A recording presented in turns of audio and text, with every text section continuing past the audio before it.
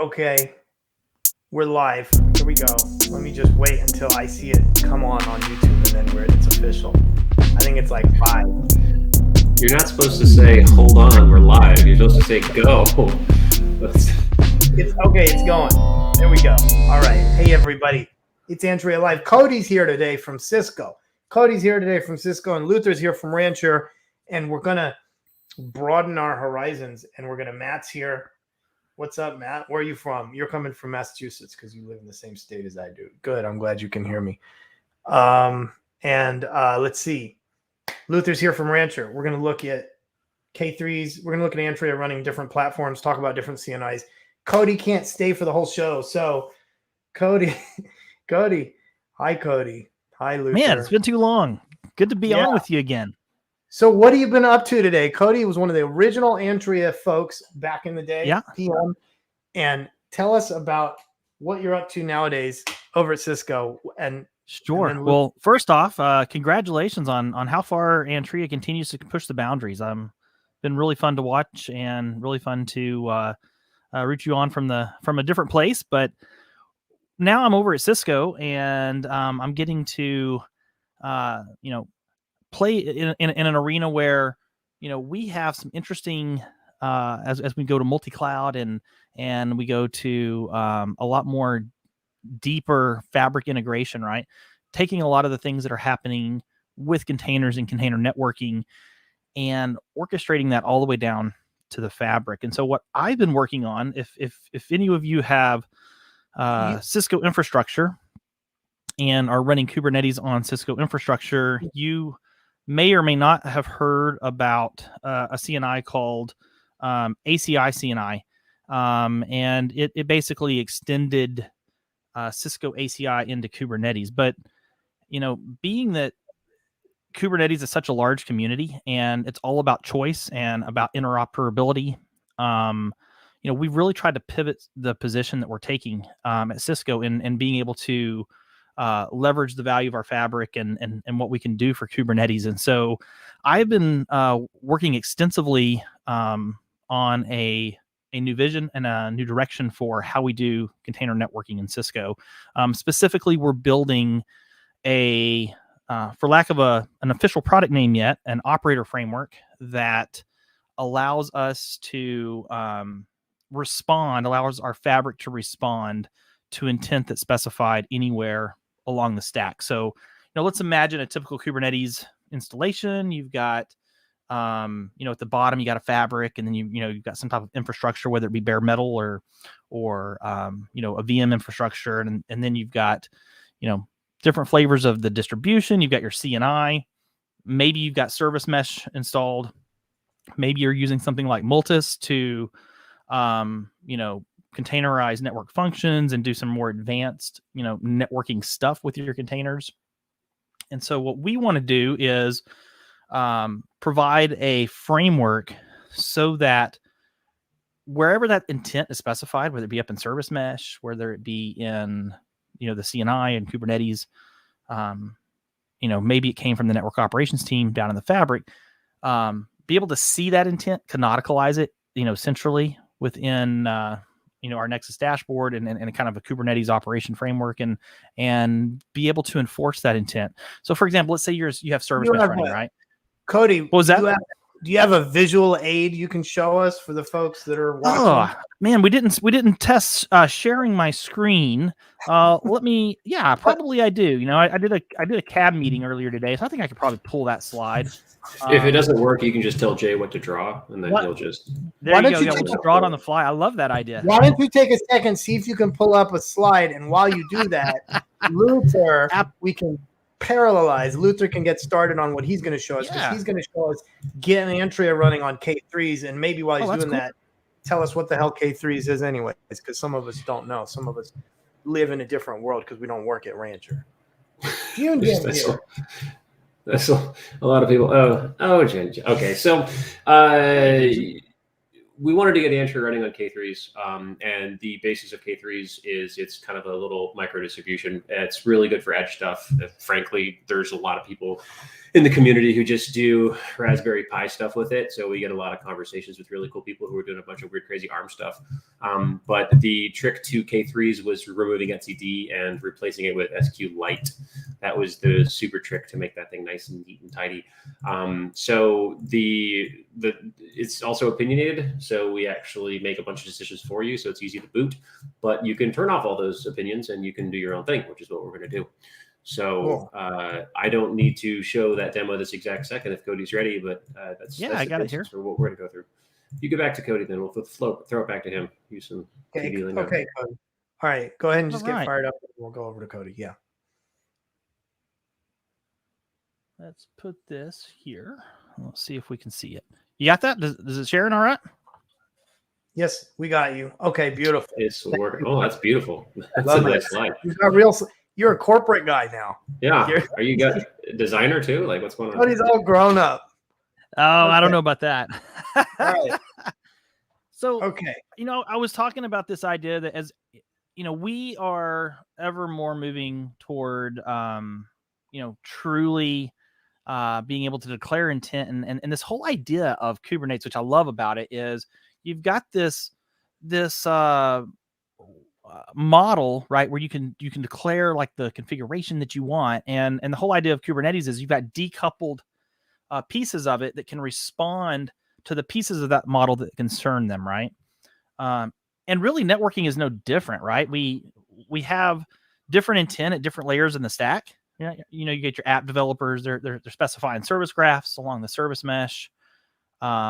They may be just describing, the deployment mechanisms and like how things are going to be load balanced, and we may have a K3s operator, selecting a specific CNI that they're comfortable implementing, and at Cisco, we're really trying to just move away from the, to work with Cisco Fabric, you got to use ACI CNI. That's not the messaging anymore. The message is, you want to use Calico, use Calico. If you want to use Antrea, use Antrea. If you want to use, Cilium, use Cilium. That's kind of the idea that we're running with on this. And what we want to do is that intent comes in, right? Like having a provider specific way to respond to it. This is in the same vein that we saw with like Cluster API, for example, right?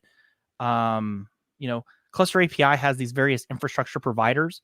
They're kind of monolithic though, right? Because they cover not only the infrastructure, but also the networking of that infrastructure. And they cover a lot. And we're kind of trying to break that down a little bit by the piece of the stack that we want to basically plug a provider into.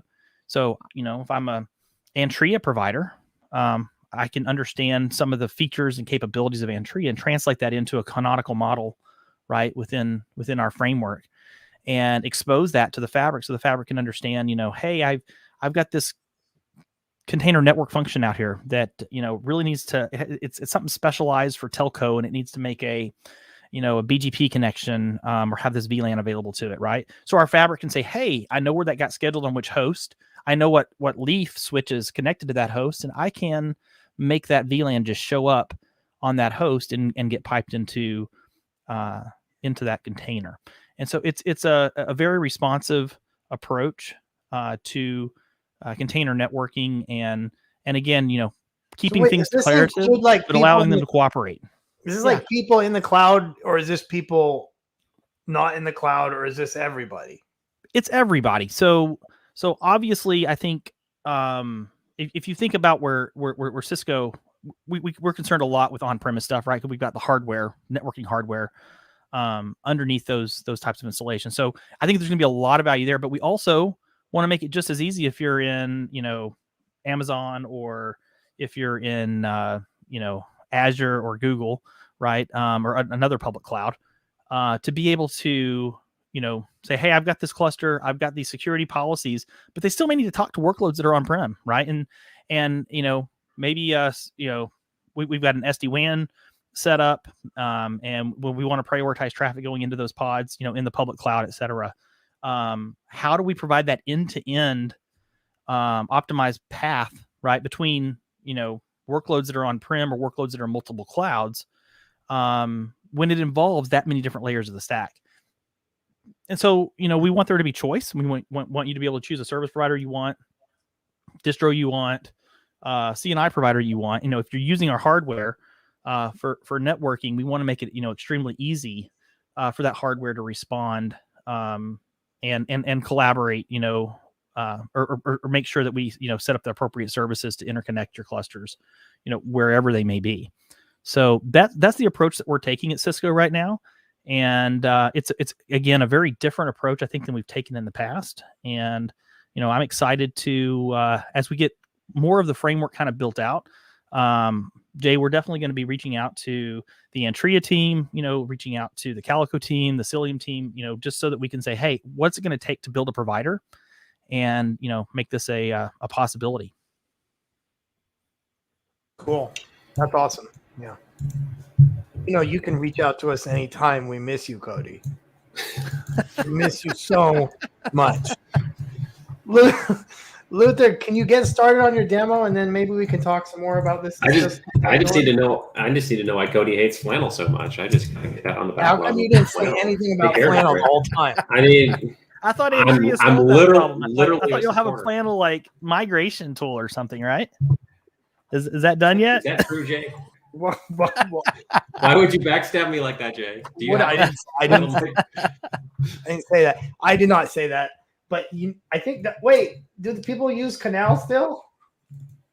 Yeah, that's our default for RK1 right now for sure. Bill Rieger from Minneapolis. Hey, Minneapolis, Brian Rieger. Hey, Brian, welcome. They're nice. Is it Rieger or Rieger? I can't. Brian, where you? Brian, yeah. Why did I say Brian? I don't know. He won't even wear flannel. Jason has suggested that we to talk about flannel, we've got to be wearing flannel. So I didn't get my flannel out just yet. I'm down in Texas, so winter for us, is wearing shorts. Luther, give us some screen, man.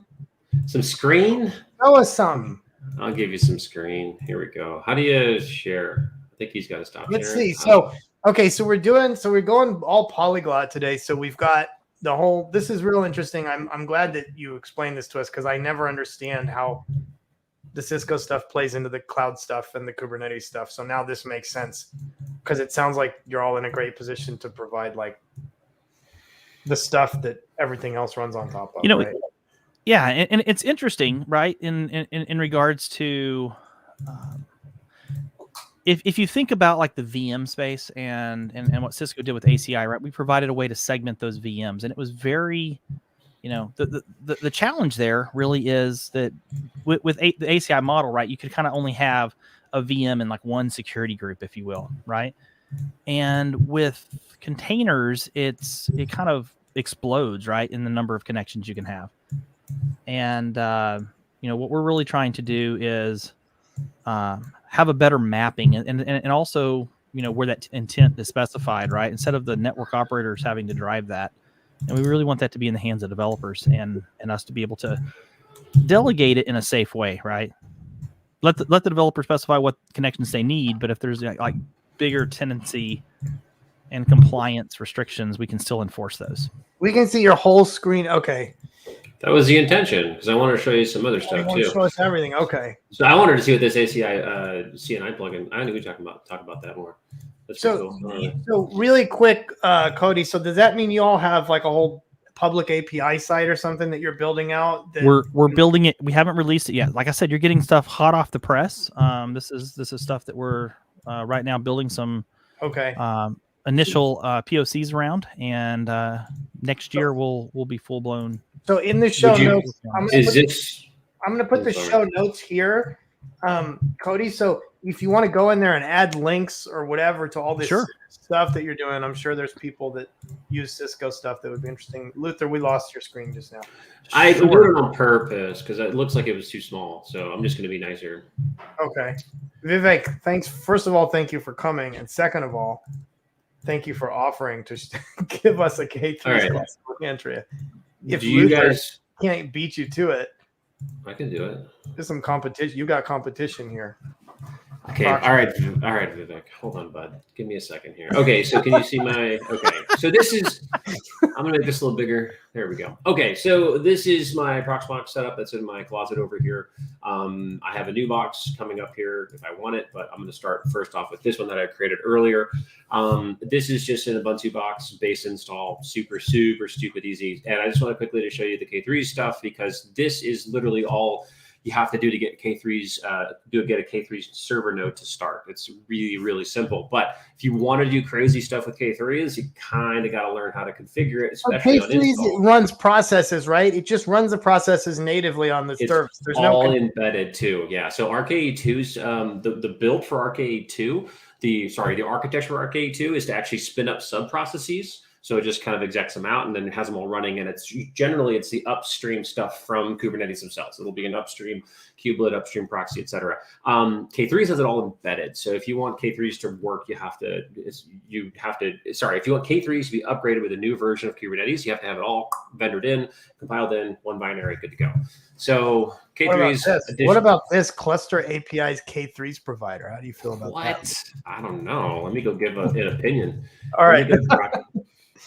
Looks terrible. Who is this guy? Zawakti. I'm out. All right, keep going. Yeah, let's see. Okay. So here's the deal. The thing you got to do if you want to mess around with CNIs is you have to turn off Flannel. There's a back end.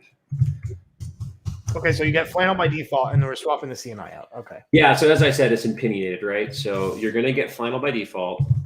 And we could make like a PR into Rancher to once we get this working, right? To do this, right? Correct. So if you're saying if you want to get Antrea running, like we could possibly give native integration to this if we wanted to eventually get into a Helm chart or whatever.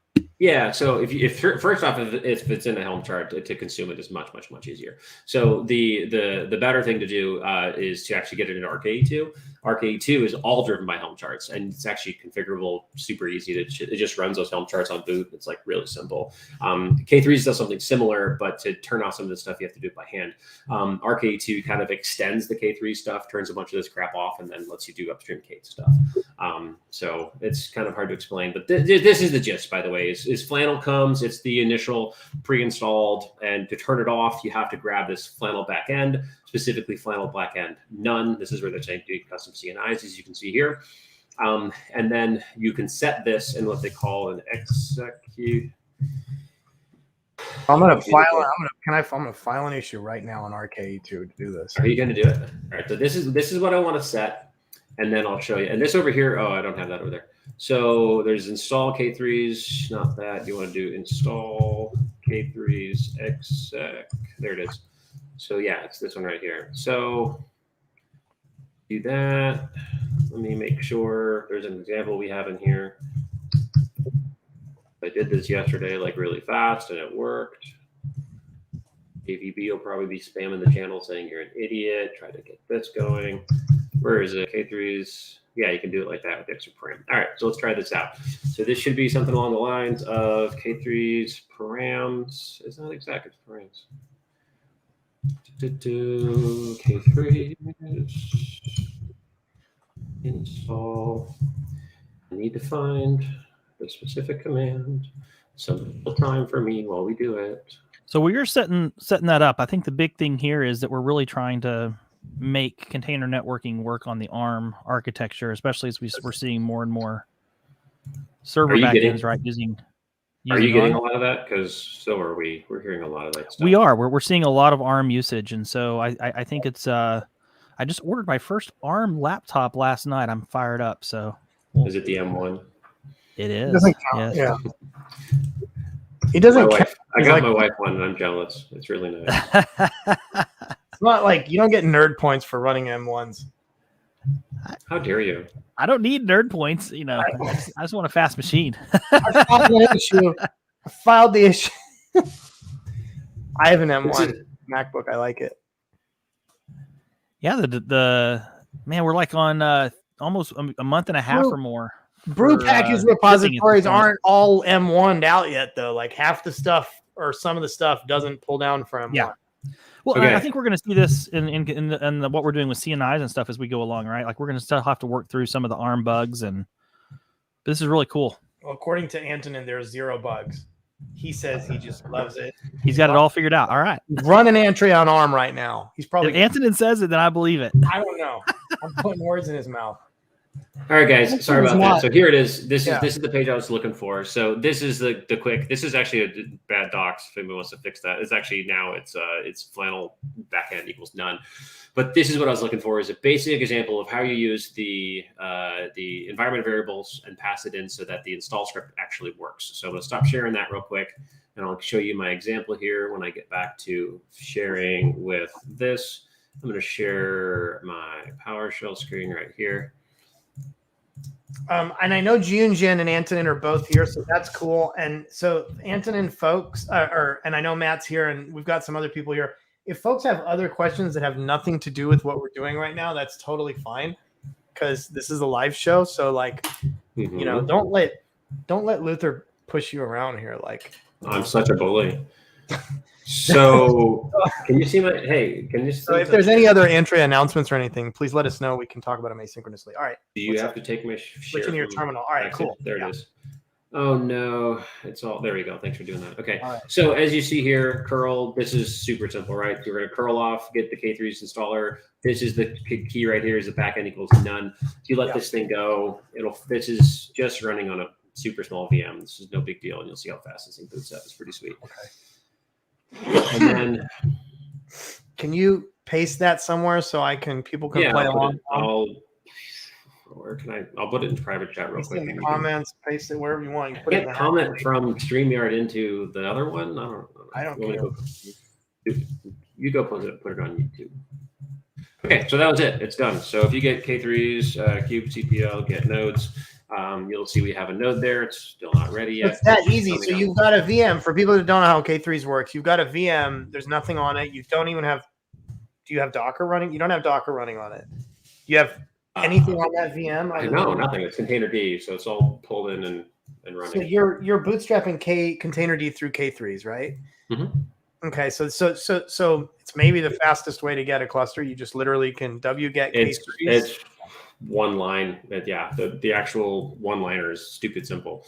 And y'all don't use kind over there. You're like beyond kind. Kind? If I was to go to SUSE and try to use kind, I would get fired for not using we'd vote you off the island for sure. Yeah, we'd be done. All right. Okay. Where's my node? All right. It's not ready yet. So the thing about this guy, though, is that it sometimes takes some time, and he runs his stuff in journal CTL, K3s. We'll just watch. All right, so now we're swapping the CNI out. Okay, cool. So there's nothing on here. Well, so no, it's not swapping. We didn't start it with CNI. You don't even have a CNI. There's no CNI yet. No CNI at all. And if you look at the pods, what it's actually trying to build right now, they're not ready. They're pending. So this is already embarrassing. So they're not pending. For folks that are new to CNI, they're not, pending because there's no network installed yet, right? So the pods aren't schedulable. These are all non-host network pods, right? Okay. So all this stuff sitting here. So let's watch what we're going to do. So we're going to go grab your install, which is essentially this, paste it. No. You did it. I did it. Why did you do it twice? Because I was going to do the K3s command, but it does actually end up here. The export, check. It's not actually there. But what is Mr. Monson doing? What's he doing, Cody? Well, when he started up, right, he just had a control plane. There's some, at the end of the day, Kubernetes underneath the hood runs a bunch of components. It includes a worker, by the way. It's a control plane. Yeah. It's SQLite for the database, and it contains an active agent as well. So some of the components you just use the host networking, right? Because they have to be able to talk to the other host, right? So that you got the API server, things like that, right? Yep. But a lot of the components that you end up spinning up then use container networking, right? Which is kind of this overlay. It may be an overlay, it may be a separate peered network. And until you put the CNI in place, right, those pods can't start up because they have no way to get a connection because they're not using host networking. They're unprivileged, right? When you use host networking, those pods have to be privileged to do that. So we now have this thing operating, except for this traffic guy is not coming up yet, but he'll be there in a second. But there's the agent 202, and we have core DNS is not running, so we should have DNS Jason's got a question. Jason Van Brackle. I guess everybody knows Jason but me. He says, "Who?" Jason, what's up? What? So what are you doing? Idempotent with the paste command. How do we test if it's idempotent? Idempotent? How do you say that word? That means you can do it over and over, and you get the same result, right? What does the word mean? I mean, I was making CRD. If you do a CRD, if you do a create the second time, it's fine. Are you talking which specific one? The install, the kubectl apply? That one should be fine. There's no additional side effects if you implement it over and over. Or I was assuming something over and over. Apply is always idempotent, right? So yes, it should be by definition. Yeah. So I controlled seed it, by the way, because I was actually going to run it the K3s way. It actually, if you do K3, so watch this. K3s actually has this stuff included. It has server agent. Those are the two. So K3s coalesces the database and the API server into what we call a server, and then all workers are agents, right? And the server also includes an agent. So it's actually coalesces all three, and then you can add additional agents to the setup, right? So if you do K3's agent and you do some help here, you'll see there's ways for you to connect this back to another. You have to give it a server URL plus a token. And then if you do K3's do server help, you can see there's all the configuration here to boot it up with, the crap that you care about, which if you look up here, for instance, you should see some of this networking stuff. I mean, this is literally what I passed in. There's a command in here. So Luther, I know K3 is kind of like a minimized version, right, of Kubernetes. Does it strip out anything that you would normally see from a networking perspective in a regular cluster versus what you see here? No. It's all there. It's all there. The first versions of it, when Darren first built it out, he stripped out a bunch of stuff that he didn't care about, specific things like betas and alphas, APIs, things like this. So he tried to make it as lean as possible. But then when we actually got to the point to donate it to the CNCF, it was more like, got to get it in line with upstream. If it's a 120, it better be 120 capable and have everything there. So that flipped. It was initially like, how small can I make it? And then then it would turn into how to make this donatable, and that's what it had to come to. So yeah, there's nothing that's missing. It's a fully functional. But a lot of people use it for deving controllers. Honestly, we use it internally. We use a tool called K3D. And because Rancher itself, when I boot it, I have to have a K3s, a Kubernetes backend to run it on, because we have our quote unquote local cluster. And almost every dev that I know of, we just do K3D, spin up a K3s cluster, and we just point Rancher to that, and then we abuse it, and then we throw it away and boot it back up again when we need it. So this would be a great tool for anybody doing kube development, right? To have. So we actually embed this additionally into Rancher Desktop. So Rancher Desktop is actually driven by K3s. Awesome. Yeah, it's pretty slick. Okay, so we have this thing, and we also have this other thing, which is Jay has tests. I didn't know Jay wrote tests, but Jay has tests. Me and Cody wrote those tests together that you're going to run right now. Is that true, really? Well, me and Cody wrote it up. Cody helped me write it up. He did the hard work. I just threw a bunch of stuff against the wall. He made it stick. All right. So my understanding is I can go grab this file. And a meme. I don't know if a meme's here, but a meme was a big. Yeah, he did. A meme was. I believe I run this, and then it spits up a bunch of stuff. Oh, and Matt's here. Matt helped. Matt wrote it too, and Matt has a new version called Cyclonus. Matt, are you going to demo Cyclonus for us sometime on this show? Okay. Yeah. Can you demo it on K3s? Well, this is So Matt has a version that automatically generates all the policies, Cody. And we used it to find bugs in other CNI providers, but we didn't have any.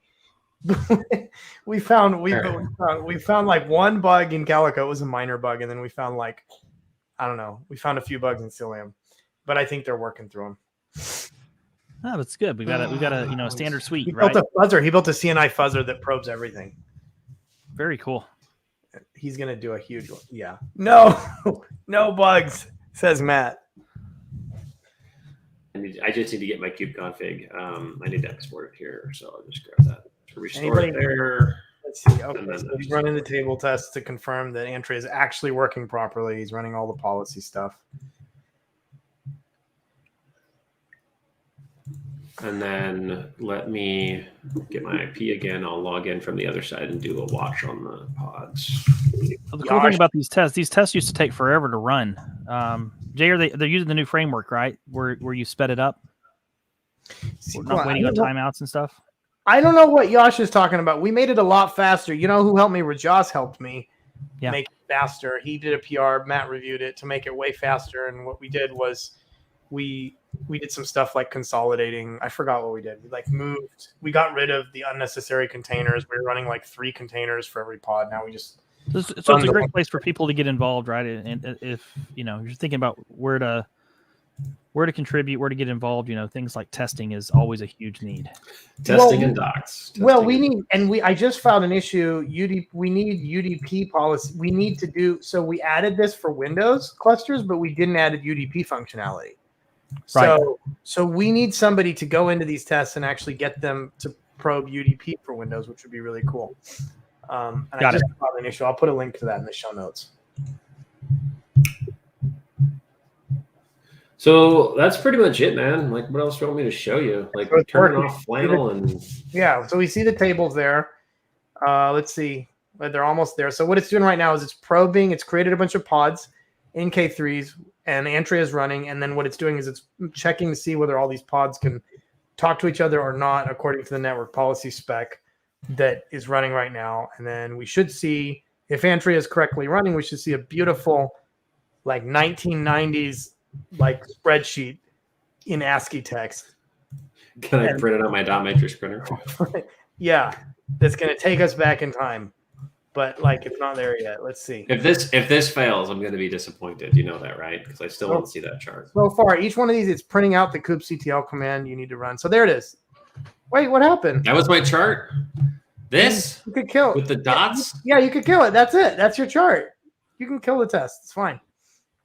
You got me all psyched up, man. That's it. That's it. That's it. For the tables, you got to scroll up a little. You got to scroll up. Yeah, there you go. You scrolled up too far. Just stay right there. Okay. So you could see we expect everything in that namespace to be blocked on that far left, and then everything is blocked on the far left as what we observed. And so, oh god. So the test passes. So in the bottom table, you could. What are you doing? You just got to get it at the right. There you go. And so you can see all the dots are saying we got what we expected. So it diffs the first table with the second table. No bug. I'm going to have to buy a 49-inch monitor so that I can run these tests, so that I can actually see the table. So it's, I think somebody else said that. No, he said that. Zach said that the other day to me. He's like, can you look at it? Puts it all on one table. So the thing is that's cool about this is we're running Antrea, we're running OVS, we're running Antrea, and we're running Kubernetes all on a single. So did OVS get installed for me? Is it running inside a pod? Yeah, it's running OVS. Yeah, the test wouldn't have worked if OVS didn't get set up. So correct, but where is it actually? Sorry, is it running as a privileged pod inside the controller? Is it? No. OVS is a kernel. Well, there are OVS pieces, but it's a kernel module in Linux that's running. It's a kernel module. Why don't we let Genjin answer that? He's the OVS and Antonin. They're the OVS experts here. I will get him on the horn. I will say it. Hey, I apologize. I told you up front, man. I can only commit to the first half of this show today, but I definitely would like to do this again sometime. Zach is here. Zach wants to make the matrix easier to read. So if anybody feels like they want to make that matrix easier to read, we're using these to verify. So okay, see ya, Cody. I forgot about that, but I'm glad. It's no problem. I had a great time and excited to see the progress of Antrea. You guys keep it up, and I look forward to talking about some fun stuff that we could do together in the near future here. Yeah, like hit me up. Okay, cool. Maybe we can do a whole show together. All right. No problem. See ya, y'all have fun. Yeah. Later, Cody. Nice to meet you, man. If anybody wants to improve the visualization of these tables, we're doing them for services now in K8s, and contact Zach. He's real interested in seeing if we can condense that information into one thing. So anyways, what else we got? So we've got everything working on K3s. It's already 4:30, so we're on time is now of the essence, and I don't know if we're going to have time to set up Google on Antrea on GKE and on Windows, but at the very least we can like walk through it. So why don't I share? Yeah, let's do it. How that works. So okay, let's talk about Windows some more. And then we'll talk about Windows, right? So okay, so let's go, and then we'll go into Antrea on Windows. I don't know if I have a doc on this or not, but like let's look at it on GKE. And so on GKE, the Antrea docs what they say, and we may be able to do this. I don't know. We can try console.cloud. Hey, wait, before we segue into what you're about to do, Yash asked about the backend for K3s, the SQLite backend. It's super stupid easy. It's just a replacement of etcd, and it basically uses one table, and it just turns JSON storage into a table row. It's actually really simple. And there's a project called Kine that does it all. I'm about to link it for you. Thanks, Yash, for the question. That's what that is. That's what is. That's what Kine is. Yeah, Kine does. Okay, so if I wanted to run Antrea on GKE, so pull that up while we go here. So let me see. I'm assuming folks can see this. I'm getting better about making my screen big, but like if you can't, just yell at me. You can see it-ish. It's looking good. So I'm going to make a cluster here. I'm going to use a static release. I don't know what this is. 121. That's fine. Okay, so we'll use 121, and then we'll do create. And then if I can make it small enough, maybe it'll come up fast enough that we can at least see what we would have to do. So I think the way this works, and I think the reason why it was kind of an interesting thing to look at is that like you don't deploy the regular Antrea, you deploy like you deploy it a different way where you have this init camel. Like I've never done this before. So you do this, and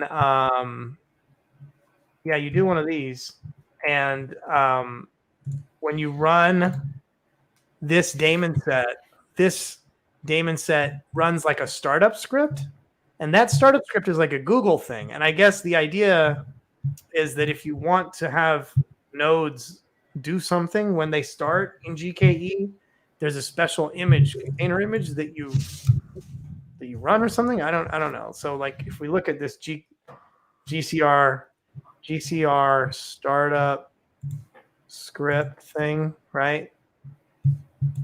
GCR startup GKE container startup script.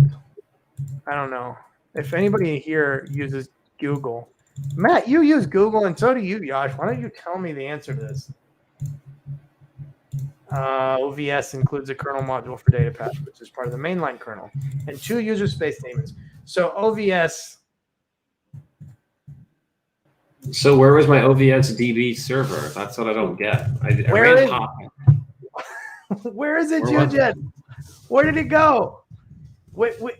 Normally, OVS. Oh, it's running. I can see it in PS. Okay. Do you want to show us? Oh yeah, sure. All right, let's. So that was the thing, because I knew you add OVS. I mean, I got all that part. It's just like I didn't know where it was. Yeah. But if I grep this, why don't you see if you can find it? Here's what comes up. I'll try to find this Google Containers startup script and see if I can figure out what. Oh, so AWS now. He's moved on. Where are you, Luther? Okay, so Luther is now showing us. Well, memes. I didn't even know you were here, Meme. You didn't even say hi to us. Okay, so me and a meme just merged a kept today, by the way. Windows you guys are big deals. Windows conformant. Windows not conformant. We're not allowed to call it that. Okay, so my question is I have OBS. It's here, right? So if I do kubectl get pods, I do this. Where did you nerds hide this thing? That's what I want to know. So is it inside the controller? Yeah, I know it's in the agent. The agent hides it. The agent hides it? Is that why there's 2 agents? Is one the controller? Or sorry, is one the server and is one this server and one is the vSwitch? I think the agent embeds it in the. I thought the agent embedded the OVS. We have someone on the show that knows more about this stuff. In it, I didn't know. I thought the agent put the thing with Jujet. What is it doing? Jujet, where are we getting OVS from? I can tell you on Windows what we do. We distribute it separately, and we install it separately on Windows. So but But on Linux, I don't know. I mean, I think it's in the container, and it's okay. just, So the controller only has the controller. So let's try the other one, which is this one. So there's 2 in here, though, isn't there? yeah. Can we exec into the Antrea agent and see? You can exec into the Antrea agent. You can kubectl exec-t-i in there and do a find on it and see if you see it. So that's I'm in. Try to do it sh. Yeah. sh. Why is this freaking out about me? Is it sh? Yeah, there you go. Do a find / grep agent. Find / there it is. Okay, so it's a process that's running. Yeah, it's but running who started up my DB and my?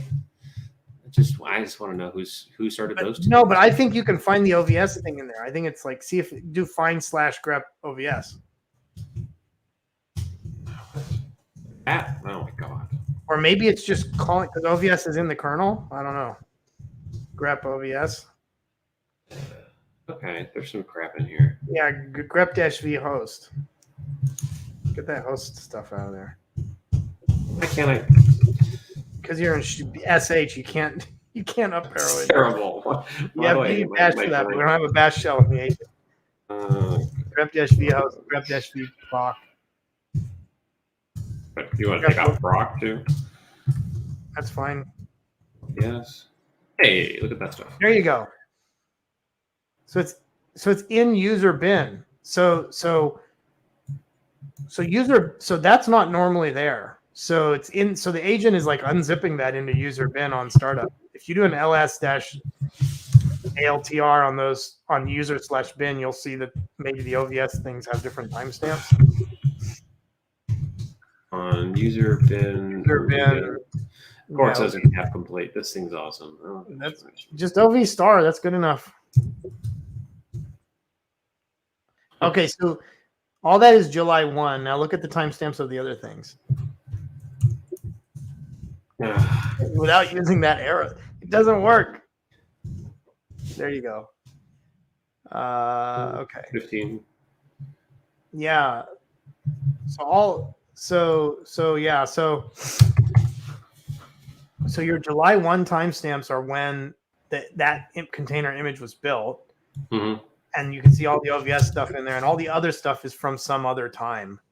Yep. So I think when the container image is built, it's packaging up all the OVS stuff somehow into the image itself.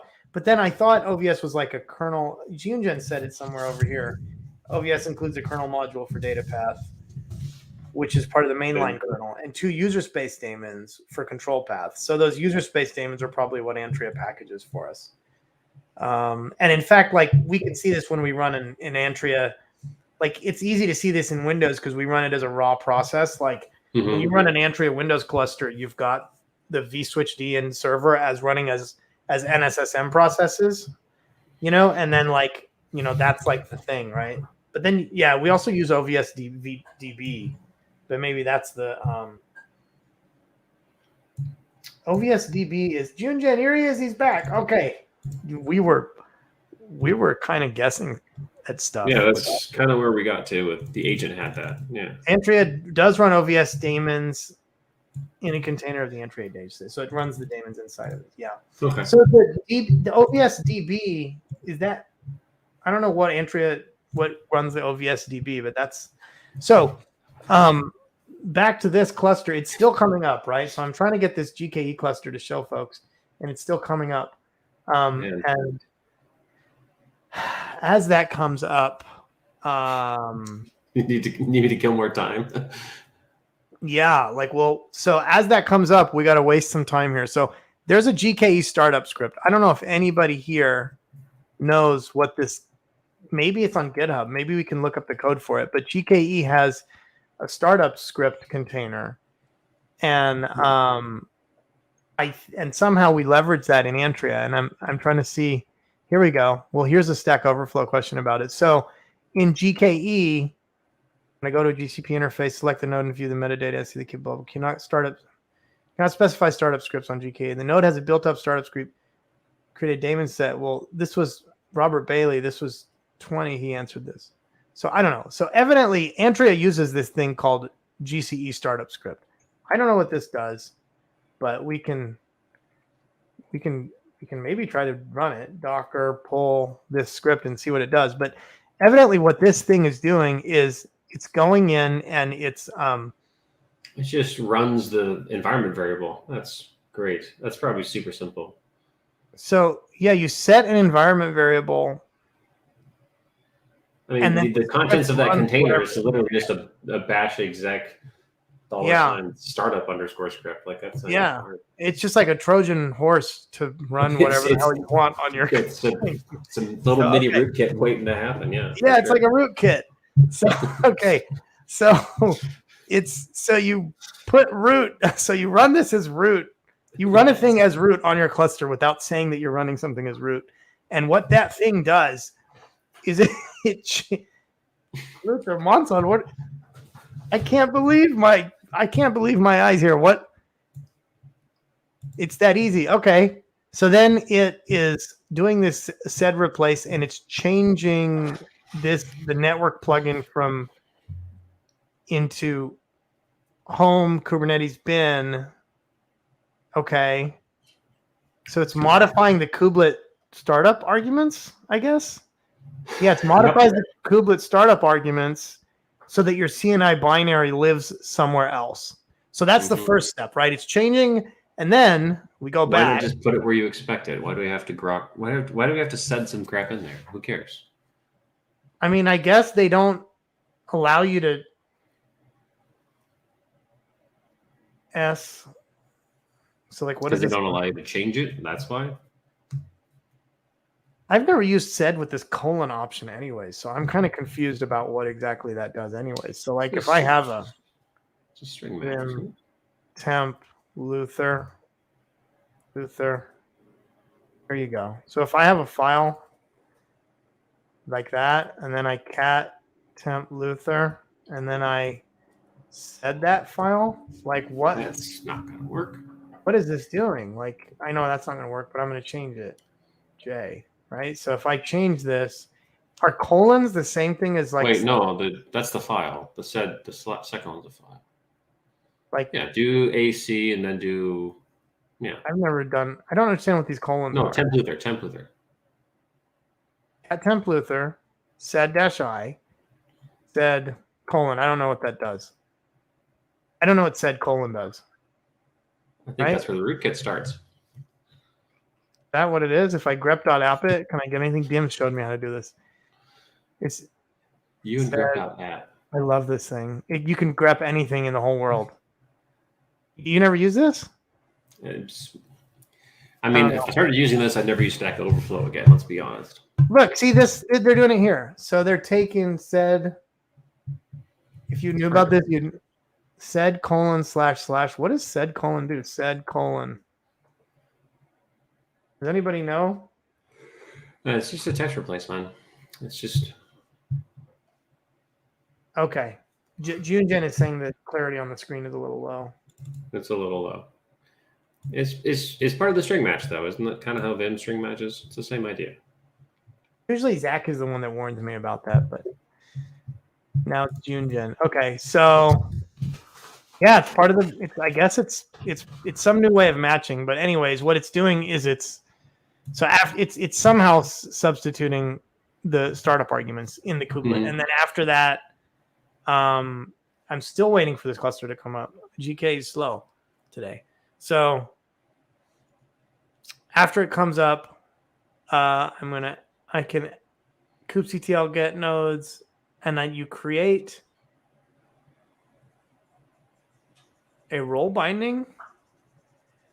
Okay, and then after I create the role binding, I add an IAM policy for that person in the role binding. So I make this user, and then I make a GKE role binding for that user. Okay, and then I suppose that what I'm doing next is I deploy Antrea using that user. So somewhere in here, email.com. Okay. Where's the Antrea part, though? I don't get it. Because I'm making this GKE roles container.admin, right? So then that container.admin has that role. So then I think I deploy this with that container.admin role. Container. No, that's not. I'm not deploying that with that role. Somewhere I deploy that container admin. So I run this. This changes the startup, and then after that, what's CBR0? That's a flannel thing too, isn't it? You should know that, right? It's standard interface, right? It's a default CNI interface that people do. I think it's the delimiter, Vivek. I don't know. It's like a good homework assignment for somebody trying to learn Linux. What does sed colon do? I've never used it with the colon. So are you still trying to learn Linux? Yeah, I guess. I mean, looks like it. So command will deploy a single replica of Antrea controller and GKE cluster to deploy an Antrea agent to every node. So yeah, so then you just so afterwards you just deploy this. So let's see what the actual Antrea deploy file is. So afterwards we run this. Just your CRDs and like a deployment set or two, isn't it? Matt, what's your Stack Overflow right now? Matt had the best. Matt used to be the best at Stack Overflow in grad school. So is that how he passed grad school? Because he wrote a parser, like he was good at writing parsers, and so you learn a bunch of weird stuff when you write parsers. You do. So what? This is an regular Antrea YAML. It looks like to me. Let's look at the images it's running. Okay, Antrea Ubuntu latest, Antrea Ubuntu latest. So we're running. So afterwards, I guess you just run the regular Antrea CNI. But as I recall, I think you run KindNet for certain things. So I don't know if there's like GKE specific. So and then admin. I think there's a container dot. I don't know. I don't know how that RBAC gets applied. So if anybody on the Antrea side can tell us, I'm curious. I see that this RBAC rule is getting created here. Damn it. Where is it? I see that we're creating this RBAC rule up here where we're talking about this container.admin, but I don't know what that container admin is actually referencing. Is that a Google thing? Or is that I don't know. I see it. I think it's used a lot in different contexts, but I guess it's probably a Google thing. It's probably a GKE thing that there's a controller, a container admin, and that person is a role that you get for free in a GKE cluster. And then what you do is then to create cluster role binding, user must have that permission. So there's no encapsulation, and it's only doing network policies. So there's another CNI. I think it's using GKE CNI under the hood, and it's only doing the stuff that's required for network policies. So it's creating firewalls for you, the stuff that Luther just showed. Pull up Jinjin's comment. Let's see. He just told you what's up. Okay. Here we go. For GKE, you have to change the kubelet config to use CNI and restart kubelet because we start GKE with kubenet. CNI is not enabled. Yeah, so you run kubenet. So kubenet is the thing that allows for local. Kubenet is the thing that doesn't route traffic to other places, right? Kubenet. Mm-hmm. So when you run kubenet, I don't know where that lives. Here it is. GitHub kubenet. Oh, it's like a whole. What is this? Like a whole? No, that's just some user. Yeah, some person made a thing called kubenet. So okay, well we can look at the Azure docs. So Azure is kubenet. That's because it uses kubenet too. So all the cloud CNIs use kubenet, right? I guess they have their own cloud overlay, and then they've got the kubenet underneath. So by default, AKS clusters you use kubenet, Azure Virtual Network. Okay, so we're doing the same thing in GKE, and then I think.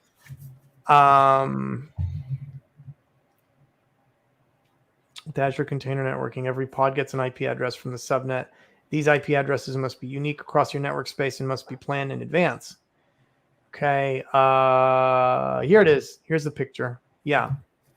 Okay, so KubeNet's here, and then it's doing local routing, right? So you hit this machine, and then KubeNet routes you from the ingress of the machine to an individual pod. But then anything that goes out of this gateway is going to go into your cloud network and then route you to the other places. And this is why cloud CNIs are so damn fast, right? So so GKE is doing the same thing.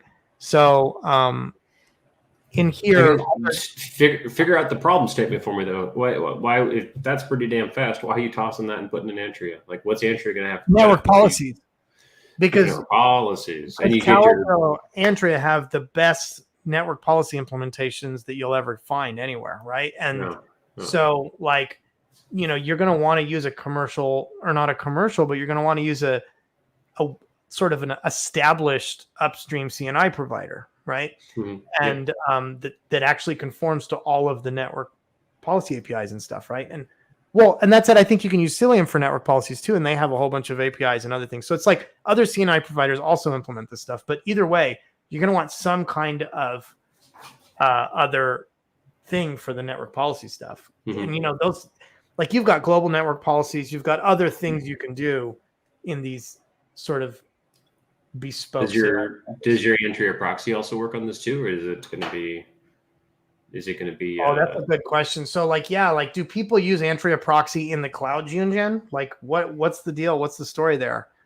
Like, can you even turn off Cube proxy? Like, can you even tell them what to do? Well, you know, I'm kind of wondering, like, when I spin up my thing in Google Cloud, are they doing some kind of weird service proxy? Well, I know Google Cloud supports Cilium, and I assume people running Cilium will maybe want to use the Cilium proxy, because that's one of the things people buy Cilium for or whatever. I mean, if I had a GKE cluster, I could answer some of these questions, but it's still going. Okay. I don't think you're going to have that cluster. So, Anton or Junjin, I have another question for you. Can you run Antrea proxy on GKE? Or is it only network policies? Or are there any plans to support Antrea proxy on the cloud? So that's a question. While we do that, let's go over to Windows. So we have this project. Could you start another GKE cluster in the background while we're waiting? And like, it would be this one. I don't know. Does anybody there have one? I mean, Antrea proxy works. Antrea proxy works for GKE and AKS and EKS. Actually, we always enable Antrea for. I think he means we always enable Antrea proxy for those. Proxy, yeah. Right. So that's interesting. I didn't know that. So then when I access like an external LB in Antrea on GKE, it's actually forwarding me through the OVS data path into the. Okay. Yeah. Wow, I didn't know that. That's cool. Maybe we can. Okay.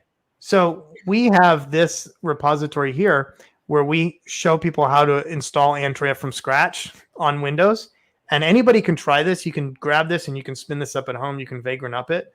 And so you can git clone sig Windows dev tools. And you could see my friend Friedrich. Here he is.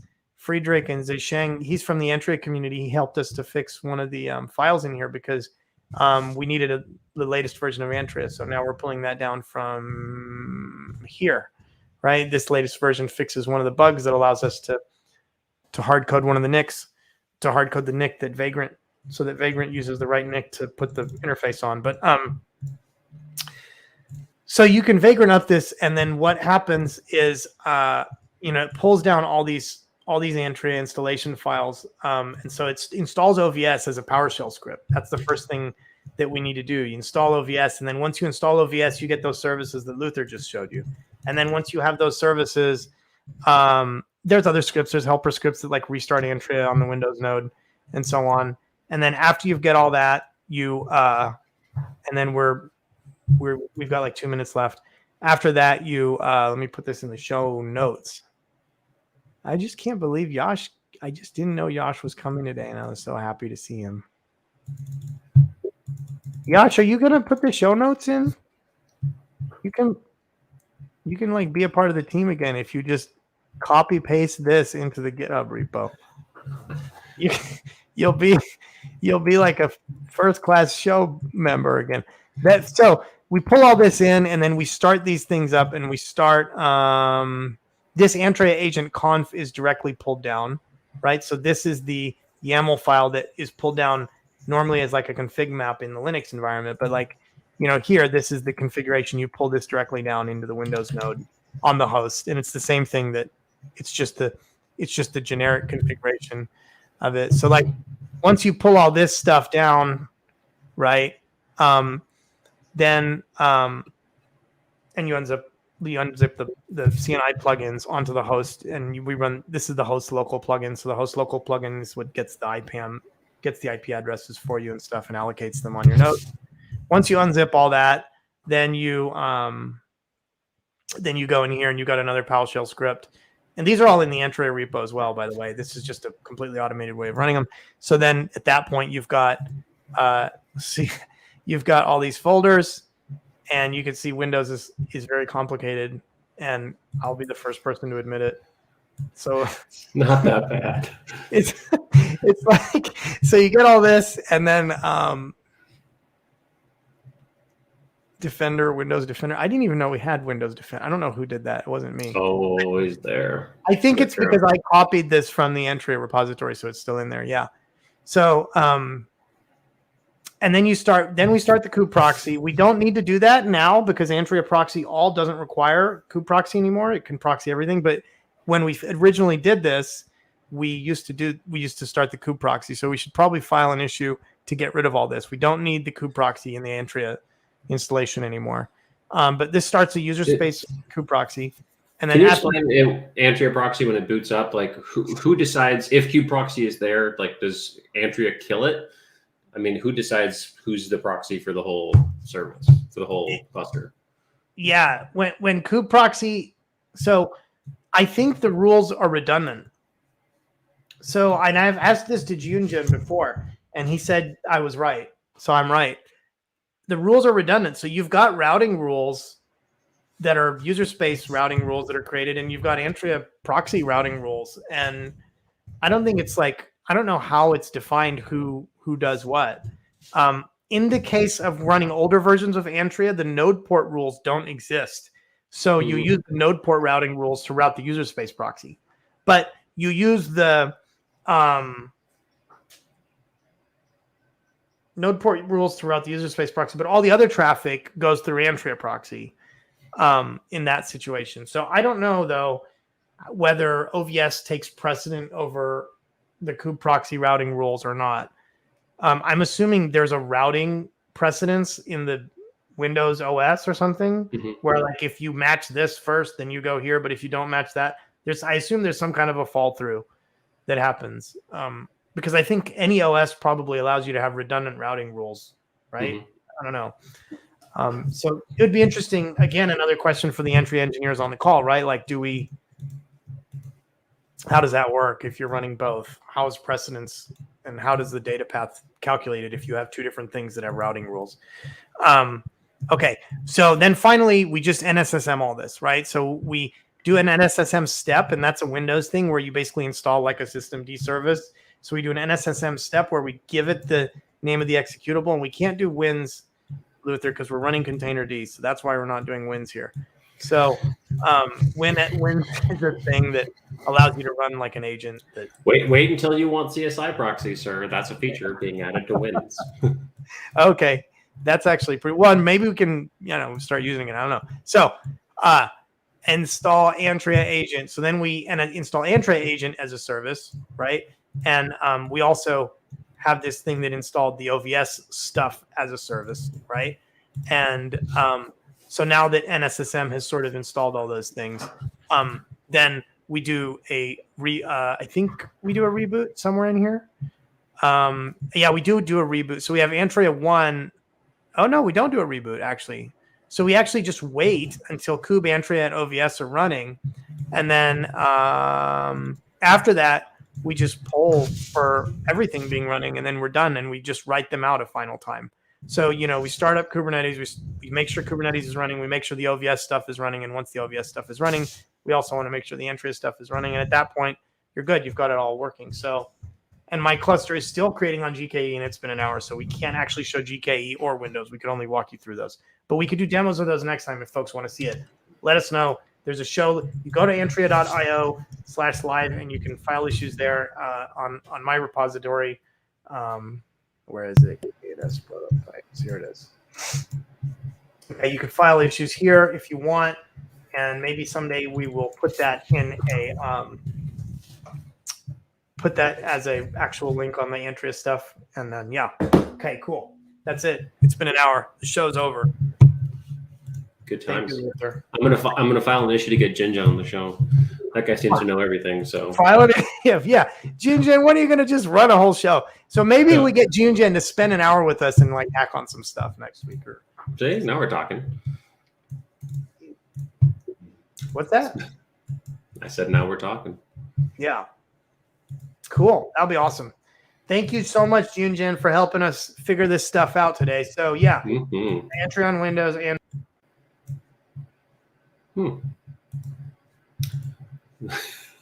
looks like he left the studio.